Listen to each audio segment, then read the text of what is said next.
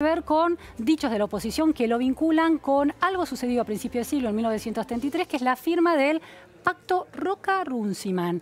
Estamos con el doctor en Historia Moderna, Roy Ora. Muchísimas gracias, Roy. Roy es un especialista, un historiador muy abocado a la historia del campo, la relación con el Estado y con las políticas públicas. Bueno, acá está establecida esta comparación entre Mercosur, Unión Europea, parecido a Pacto Roca-Runciman y un pacto colonialista. ¿Qué fue el Pacto Roca-Runciman? Sí. Bueno, después podemos volver sobre la cuestión de... Actual, vamos a la historia. Actual, ¿no es cierto? Vamos primero al pasado. Vos decías 1933, Pacto Roca-Runciman. Yo creo que para entender eso hay que partir de la premisa de que... ponerlo un poco en contexto, ¿no es cierto? Entonces, empiezo diciendo lo siguiente. Fin del siglo XIX, primeras décadas del siglo XX, a la Argentina le fue muy bien creciendo sobre la base de sus exportaciones agropecuarias.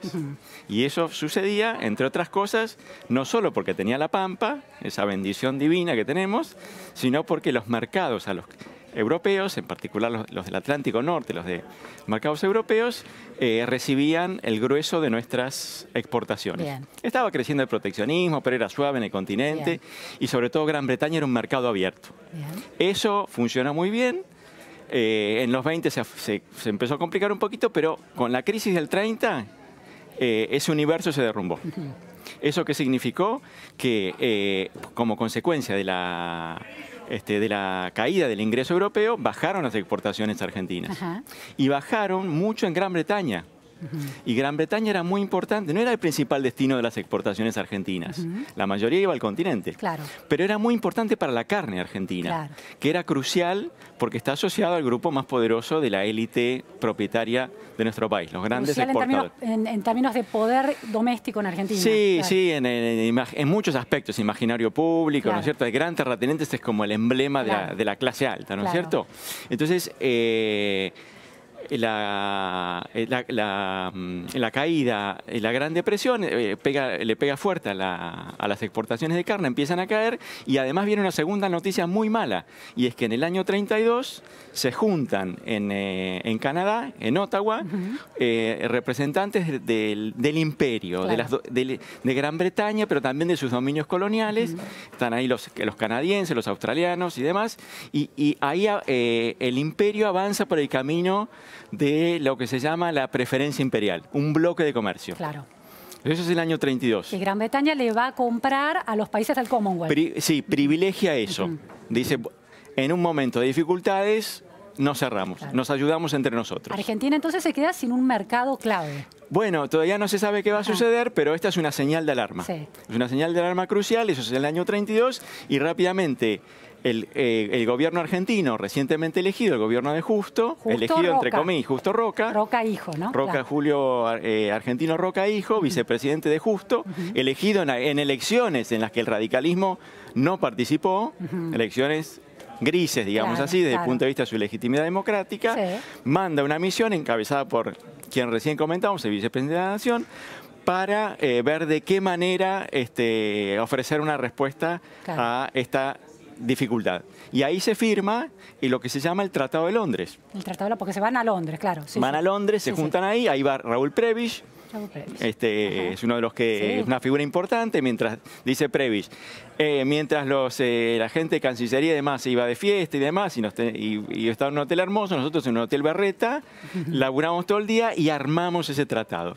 ¿Y qué es lo que dice ese tratado? Lo que dice es, la Argentina va a seguir vendiendo, es decir, Gran Bretaña le va a comprar carne al nivel del año 32, es decir, por debajo de lo que había sido el umbral de ventas de la década del 20. Bien. Pero le asegura un mercado, le asegura una cuota.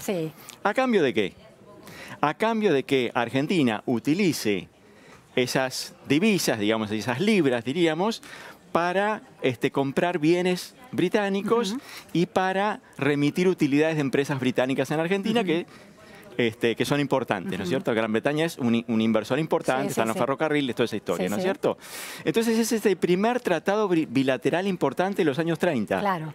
No es el único, después vinieron otros, pero sobre ese se concentró la atención. Ahora, también hay detalles acerca de que el 85% de la exportación de carne debía ser vía frigoríficos británicos en Argentina, ¿no? Eso era un condicionamiento importante. Sí, hay una serie de condiciones ahí que tratan de favorecer a las empresas de capital británico, hay un porcentaje que se separa para empresas de capital argentino. 15%. 15%, no es mucho, tampoco había mucho más para... Lo que yo quisiera señalar acá en relación al... bueno, ¿cuál es el impacto de ese tratado? Claro, ¿qué pasa con la industria nacional? Antes de pasar eso, porque me parece que está vinculado, hiciste una observación al principio que a fines del siglo XIX, principios del XX, el sector agroexportador era fuerte y le iba bien a Argentina. ¿Le iba bien a los argentinos también o a las élites agroexportadoras? Sí, yo creo que, digamos, los que estaban arriba le fue muy bien. Pero el hecho de que el nivel de ingreso per cápita de Argentina era alto, el nivel de salarios era alto, el hecho de que hubiera una inmigración, que la Argentina fuese un país que atrajera inmigrantes europeos, nos está diciendo algo respecto a qué era ese país. Promesa de vida mejor. Sí, altos salarios, oportunidades. Si uno vivía en España y no era el más pobre de España, se venía para acá, para decirlo rápido. Pero pasaron cosas, la crisis del 30 y el pacto Roca-Runciman. ¿Cómo impacta al mercado interno y a la economía y la calidad de vida? Bueno, entonces yo diría, antes de que eso, diría, bueno, ¿cómo fue recibido? ¿Cómo fue recibido? ¿Cómo fue recibido? ¿No es cierto? Porque nosotros tenemos una imagen que vos traías al comienzo diciendo, fue algo malo. Y cuando uno mira cuál es la reacción de los actores políticos de ese momento, en general es positiva, es una señal de alivio. ¿Esto qué significa? Dice, por lo menos no se sigue cayendo la exportación. ¿Los radicales también dicen eso? Sí. Es generalizado. No hay prácticamente críticas. Y yo diría, en líneas generales, no hay muchas críticas a la relación entre Argentina y Gran Bretaña en los años 30. Empieza a haber, es un tema de la derecha nacionalista, pero es un tema minoritario. Los partidos populares, como el radicalismo, no lo ven con malos ojos. Qué interesante. No es un objeto de crítica y en general, bueno, después hay un debate muy importante, un par de años más tarde, el debate de las carnes, que ahí la escena política se calienta mucho. Ya vamos a llegar a eso. Detengámonos entonces, la clase política, la opinión pública lo recibe bien, no hace la lectura de colonialismo, patria no está presente para nada eso. Para nada puede estar en algunos grupos minoritarios, pero no está tan presente, aunque por supuesto a los industriales les preocupa. ¿Por qué les preocupa? Bueno, porque la Argentina tenía una industria. La Argentina tenía la industria más importante de América Latina, no era un país simplemente... productor de carne y trigo, ¿no es cierto? Como consecuencia del crecimiento exportador, la economía se ha ido diversificando, tiene el mercado interno más rico de América Latina, el mercado más grande, con salarios más altos, y eso crea una industria que satisface sobre todo la demanda de los consumidores argentinos. Y es una industria que además se ha venido modernizando en los 20 con mucha inversión extranjera, sobre todo norteamericana, ¿no es cierto? Y existe ya un interés industrial articulado ahí. Y ese es el interés industrial, la unión industrial se llama el principal vocero, que dice, ojo, acá hay un problema. Cuidado, porque si vamos por el camino de un acuerdo bilateral, nos podemos quedar afuera nosotros. Y nosotros también somos la Argentina y somos el futuro de la Argentina. ¿Era un sector industrial no vinculado con el agro? En algunos aspectos sí, pero por supuesto los que gritan y cacarean no son los que están vinculados con el agro, que es fundamentalmente los frigoríficos. Esos eran beneficiados, ¿no es cierto? Entonces es interesante porque primero se firmó el Tratado de Londres en mayo y después eso tiene que tener una ratificación en el Congreso, como va a suceder ahora. Y además un acuerdo de especialistas, de técnicos, que se va a reunir en Buenos Aires después a lo largo del invierno del año 33, donde técnicos británicos y argentinos afinen la letra chica de, bueno, qué porcentaje le ponemos a cada cosa. Como ahora, lo mismo. Como ahora, sí, obvio. Mucho menos sofisticado, mucho menos complejos. Ahora estamos hablando simplemente de un año para traducir el texto. Eso se resolvió en 5 o 6 meses, todo. ¿No es cierto? Pero el tratado no tuvo problemas para ser aprobado, el radicalismo no estaba en el Parlamento, hay que señalarlo, ¿no es cierto? Pero la Unión Industrial hizo un acto público grande en el Luna Park. El Luna Park era para ese momento el estadio techado más grande de América Latina. ¿Lo llenó? Y la Unión Industrial no solo lo llenó, sino que fue mucha gente y desbordaba. Había, según las estimaciones, de la Unión Industrial, las fotografías de la época más o menos coinciden, 50.000 personas había. Ah, bueno. Un logro importante en esa época, ¿no? Eran trabajadores. Pasaron lista, ¿no es cierto? Claro, para llenarlo. Claro. Pasaron lista. Y trabajadores de la industria. De la industria, ¿no es cierto? Que fueron por las razones por las cuales algunos representantes de los trabajadores hoy también están preocupados. Y ahí fue, bueno, el trabajo argentino está en juego, ¿no es cierto? Ahí. Claro. Y eso también sucedió en ese momento. Claro. Entonces, en ese acto hablaron 3 personas. ¿Quiénes? O por ahí algunos más, no me acuerdo, pero 3 seguro.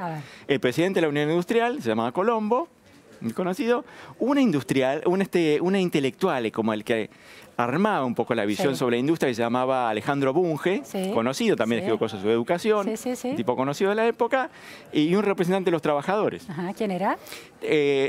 Alejandro no sé cuánto, no me acuerdo, y hasta ese momento desconocido, es decir, no era un sindicalista de izquierda, era un tipo que agarraron y lo pusieron ahí para bailar al ritmo de los tambores industriales, ¿no es cierto? Y en esa cosa más tribunera, ¿no? En definitiva, ahí se empieza a consolidar este discurso de patria sí, colonia, ¿no? ¿O todavía tampoco? No. Es decir, ahí ese fue un poco un mensaje de digamos así, de atención para que el gobierno contemple los intereses industriales cuando venga el momento de atender a la letra chica del acuerdo. Y efectivamente, cuando uno ve qué sucedió a lo largo de la década, a los industriales no les fue mal. A partir del 33 mejora los niveles de exportación en la industria nacional. Es decir, el gran motor de la expansión económica argentina de los años 30 no fue el agro. Apenas logró mantener lo que tenía. El crecimiento vino sobre todo como consecuencia de lo que se llama industrialización por sustitución de importaciones. Entonces, en el fondo, ese tratado lo que logró fue preservar algo que ya estaba. Después se firmó uno con Alemania, otro con Italia, tratados bilaterales para conservar el mercado. Pero en la medida en que Gran Bretaña no estaba dispuesta a comprar demasiado, ¿cierto? La consecuencia inmediata de eso es que tampoco iba a poder colocar demasiadas cosas en el mercado argentino. Es decir, en un contexto de... eso se respetó. Es decir, si no compran tanto, tampoco lo van a poder. No hubo un desbalanceo que habilitara la idea de que empezamos a depender de la casa matriz en Gran Bretaña. Exactamente. Es decir, si se exportaban 50 millones de libras, se importaba por igual valor. Descontados la remisión de utilidades y demás. Pero la idea era mantener un intercambio equilibrado. Un piso, por lo menos. Un piso mínimo. Y en consecuencia... obligó a desarrollar otro sector, que es este que vos decís. Le dio oportunidades. Eso más otras cosas que se hicieron en esos años. Devaluación, depresión en Europa. Entonces, ¿a qué dio lugar eso? A un crecimiento de la industria que, como dicen los economistas, sustituye importaciones. Esa fue el principal motor de crecimiento económico. ¿En qué sectores, por ejemplo? Textiles, alimentación, un poquito de industria metalmecánica, primitiva, porque no hubo mucha inversión de capital. La estrella fue los textiles y química. Bien. Roy, hay 2 preguntas que en ese punto de qué peso tuvo Gran Bretaña y qué factor de presión logró ser. Una de las versiones dice que se le permitió el monopolio del transporte en Argentina, y otra de las cuestiones es que se funda el Banco Central con funcionarios británicos dentro de su organigrama. ¿Cómo es eso? Bueno, hubo una reorganización del transporte, sobre todo urbano, en Buenos Aires, y ahí los ingleses lograron, que tenían intereses muy fuertes, lograron conservar algo. Pero siguió una expansión importante, sobre todo por el lado del colectivo.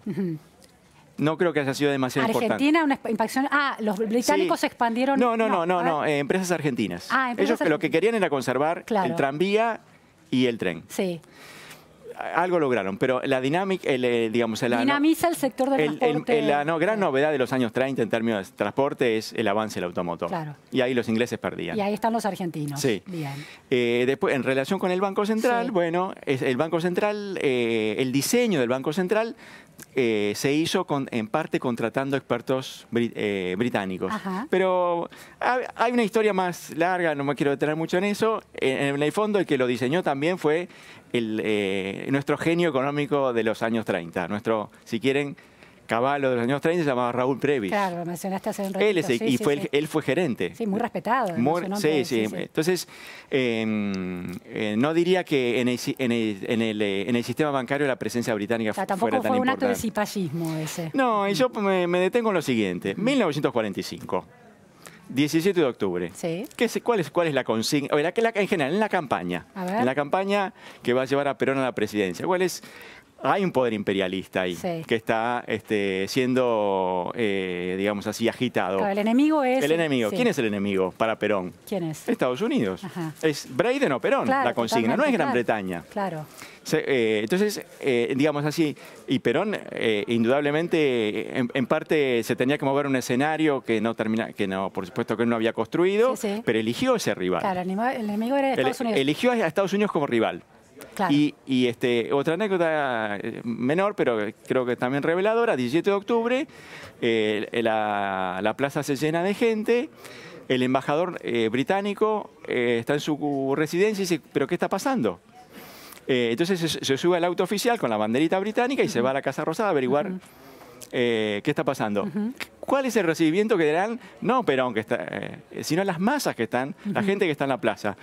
No tiene ningún problema, le abren camino para que pase. Claro. Es decir, yo creo que en 1945 no se había construido la imagen de que la Argentina es un país colonial. Claro. Y que es un país colonial cuya metrópoli está en Londres. Claro. Eso era un tema de algunos sectores, pero es sobre todo una imagen que se construyó posteriormente. Claro, en la década de 60-70. Sí, eso es Abelardo Ramos, esa gente, ¿no es cierto?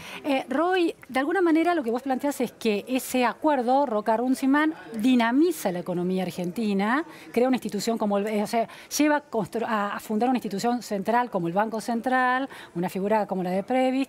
Por otro lado, le da espacio a la industria del transporte argentino automotor y además otros sectores industriales se logran consolidar y desarrollar. Ahora, sí, yo no le daría mucha importancia al tratado. Yo le bajaría la relevancia. Pero si tiene algún efecto, no es el negativo que se plantea, sino algún efecto más positivo. Yo creo que sí. Bien. Es decir, cuando uno mira, incluso los que en los años 30 se vuelven muy críticos del gobierno, los que ponen la vereda enfrente, no ponen la atención sobre aspectos, digamos así, coloniales del tratado. Ahora, pasan los años y tenemos el suicidio de Lisandro de la Torre, que tiene que ver de alguna manera con coletazos de supuestamente una maquinaria de corrupción entre frigoríficos británicos y estamentos del Estado. ¿Cómo es ese contexto? ¿Qué relación tiene con el pacto? Como yo decía, en el año 33, cuando se firma tanto el Tratado de Londres como el pacto, después tiene aprobación en el Congreso, uno no observa que se haya constituido un bloque opositor con los argumentos que recién describíamos, ¿no es cierto? Sin embargo, en el año 35 y 36 hay un escándalo. Y es el escándalo más importante de los años 30, que termina con un asesinato en el Senado de la Nación, ¿no es cierto? Pero yo creo que la naturaleza de ese escándalo es distinta, ¿no es cierto? Y involucra en algunos aspectos a algunos de esos actores, y los dos grandes protagonistas son el ministro de Agricultura, se llama Duo, y el senador Lisandro de la Torre. Yo creo que eso hay que leerlo más, hay que verlo más en clave política. Esto es, en el año 35 está claro que ese régimen avanzó por el camino del fraude. Ese régimen, el régimen político. El régimen político, el gobierno de Justo ha reforzado el fraude, y eso ha creado una serie de conflictos de naturaleza más eminentemente política. Y ahí es donde la presencia de la Torre es muy importante, ¿no es cierto? Porque, bueno, por supuesto, él acusa a Duo, al ministro, de connivencia con los frigoríficos. Con Swift, Farmurio, él dice, no dice que está suelto de frigoríficos, pero trae evidencias que no terminan de cerrarse, pero que muestran aspectos oscuros. Que él recibe precios muy altos por él que es un productor agrario muy importante, ¿no es cierto? Recibe precios por su ganado más altos que otros productores. No diría que está a sueldo, pero tiene un trato preferencial. Pero eso se convierte en un escándalo porque me parece a mí está mucho más metido ya en el marco del gran problema argentino de los años 30, que es cómo hacemos para que funcione la democracia, un régimen democrático, esto digamos, visto desde el lado del gobierno, ¿no? Sin que ganen los radicales. Y la solución es una solución muy deficiente desde el punto de vista de su legitimidad democrática. Y esa solución es el fraude, ¿no es cierto? Es decir, no es una consecuencia de aquel pacto de 1933, sino del sistema político. Yo lo vería un poco más en esa clave, ¿no es cierto? Ahí lo que se pone de relieve es la pérdida de legitimidad política de la República del Fraude. Claro. Y bueno, no es casualmente, un tipo como De la Torre que levante la voz. Claro. Que era, en parte era un ganadero, pero era un tipo además, una persona, un líder político que tenía un compromiso muy estrecho con la democracia, muy intenso con la democracia. Claro. De la Torre nunca ganó una elección en su vida, ¿cierto? Y sin embargo, en una época en la que la democracia, las acciones de la democracia estaban en baja en todo el mundo, ¿cierto? Que era un régimen político considerado en decadencia, él se mantuvo fiel hasta el final. Claro. No le pagó esa fidelidad, ¿no es cierto? Porque termina solo, aislado, políticamente poco exitoso, yo creo que su suicidio... algo tiene que ver con su fracaso en ese plano, ¿no es cierto? Ahora, las lecturas que se construyen en las décadas siguientes, 60, 70, esta patria sí, colonia no, pueden estar basándose en el rol que tuvieron estos frigoríficos extranjeros en esa maquinaria de corrupción de la década del 30 y no tanto en el pacto Roca-Runciman. Yo creo que cuando uno mira la década del 60 ya el debate es otro, ¿no es cierto? Se construye el pasado argentino en otra clave. Ahí, bueno, el antiimperialismo constituye un factor central en la manera en que la izquierda argentina mira el pasado. Me parece que se lo encuadro de otra manera. Claro. Por supuesto, aunque no hubiera habido corrupción, el pacto habría estado mal visto también. Por supuesto, había elementos. Del año 34 es el texto que es como el texto que funda la visión que condena a Inglaterra como el gran problema argentino. Es de los hermanos Irasusta, ¿no es cierto? Se llama la Argentina y el imperialismo británico. 1934. Claro. ¿Pero qué dicen los Irasusta? A ver. ¿Qué es lo que dicen? Dicen, bueno, las élites argentinas tienen su mente colonizada. Y lo tienen desde Rivadavia. Es decir, no hay una... Siempre fue... un tema de discusión, de alguna manera. Siempre el grupo dominante de la Argentina fue un grupo pro-británico, ajeno a los intereses nacionales, pero no articulan eso con una visión... digamos así, del desarrollo socioeconómico argentino, como va a venir más tarde, asociado a visiones que ponen mucho más en el centro temas como clases sociales, industrialización, desarrollo nacional y cosas por el estilo, ¿no es cierto? Roy, y si lo llevamos al presente, vos decías, bueno, dividamos el pasado del presente, este presente, Mercosur, Unión Europea, ¿tiene sentido? ¿Resuena algo del pacto Roca-Runciman? No me parece, ¿no es cierto? No me parece. Yo soy historiador, un poco vivo de que me pregunto sobre estas cosas, pero yo creo que nosotros los argentinos tenemos una pobreza de imaginación histórica grande. Entonces, volver a hablar de Dorrego, como se habló hace algunos años, ¿no es cierto? O del pacto Roca-Runciman, para pensar los problemas del siglo XXI, me parece un poco pobre. Queda corto. Me parece que queda corto. Nosotros los historiadores tenemos una tarea importante que es, tenemos distintas visiones sobre el pasado, distintas sensibilidades, pero tenemos que tratar de enriquecer la discusión, no simplemente decir estamos en el mismo punto que en 1933. Claro. ¿Por qué no estamos en el mismo punto que en 1933? Bueno, porque el mundo es muy distinto, ¿no es cierto? Y la Argentina me parece en este punto viene de varias décadas de enormes dificultades como para crecer. Y acá yo diría, bueno, tiene una oportunidad, vincularse, salir de cierto encierro en el que se ha desplegado su economía, una economía muy cerrada, una economía de las más cerradas del mundo. Que no ha traído muy buenos resultados. Hace mucho que realmente la Argentina le va mal y le va mal incluso midiéndose no con los países a los que le fue bien, midiéndose con los países de rendimiento normal, basta mirar... Parecidos de la región. Más allá de nuestras fronteras, no hace falta compararse con Australia, Canadá o Estados Unidos, que eran los países con los que nos comparábamos antes de 1930.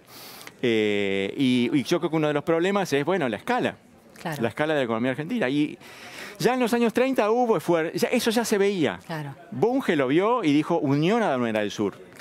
Pinedo lo vio y dijo asociémonos con Brasil. Que era también un ministro, un secretario de Estado en el momento de esos años. De esos años. Y eso tardó mucho. Que se va a duelo con Lisandro de la Torre, Pinedo. Sí, es uno de los actores que está del otro lado, ¿no es cierto? Entonces ahí ya había una percepción de que la Argentina con la Pampa podía ser un buen productor de productos primarios para el mundo. con un mercado interno de 8 o 10 millones, muy alejado de Europa, sin recursos de capital, sin una tradición tecnológica, no iba a ser un caso tan exitoso de desarrollo industrial. Claro, estaba esa conciencia ya. Ya estaba un poquito, y estaba un poco ahí la idea de que un camino, quizás el camino más razonable era expandir el mercado, crecer en escala. Y en esos tiempos se lo pensó sobre todo como una expansión asociada a los países que teníamos más cerca. Claro. Roy, Lisandro de la Torre, que bueno, que fue tan combativo en relación a esta contubernio de los frigoríficos con el Estado, con esta democracia devaluada, ¿vio con buenos ojos el pacto Roca-Runciman en su momento? Se le hizo críticas. ¿Qué críticas hizo? Sí. Bueno, iba un poco por ese lado. Excesivas concesiones a los frigoríficos. No era una crítica global a la idea de que la Argentina tenía que preservar sus mercados. Esto me parece que es importante señalarlo, ¿no es cierto? Eran críticas de un tipo que tenía un pie en el mundo de la producción, pero era el pie más chiquito, y un pie mucho más grande en el mundo de la política y estaba puesto en el lugar de un opositor, ¿no es cierto? Pero él era partidario, igual que los socialistas con los que fue aliado en la elección del 32, crearon una alianza que era como de centro-izquierda, era de la idea de que a lo mejor que le podía pasar a la Argentina era mantenerse abierta al intercambio internacional. Después se pueden ajustar los detalles de eso, ¿no es cierto? Y tener más control o menos control sobre las empresas frigoríficas, que efectivamente eran una caja negra, eso es cierto. Nadie sabía cuánto ganaban. Porque estaban de los dos lados del negocio. Estaban en Buenos Aires, pero también tenían su red de distribución. Entonces eran difíciles de controlar, es indudable que era así. Bueno, Roy, te agradecemos mucho. La verdad que derribando mitos y poniéndole precisión a esta conceptualización de un tratado hoy y un tratado en el pasado, con una matriz que en la Argentina parece estar un poco ensombrecida, que es la idea de que abrirse al mundo estaba en los albores de la patria, de alguna manera, y era una oportunidad. Así que gracias. Bueno, muchas gracias. Hoy. Vamos a nuestro móvil con Jerónimo Mura, que está allí en el Congreso, tengo entendido. Jerónimo, muy buenas tardes. Contanos dónde estás. Alberto, ¿una expectativa de esta reunión? Bueno, Luciana, ahí estaba haciendo su ingreso el precandidato del Frente de Todos, Alberto Fernández, el precandidato presidencial, que viene a reunirse con el presidente del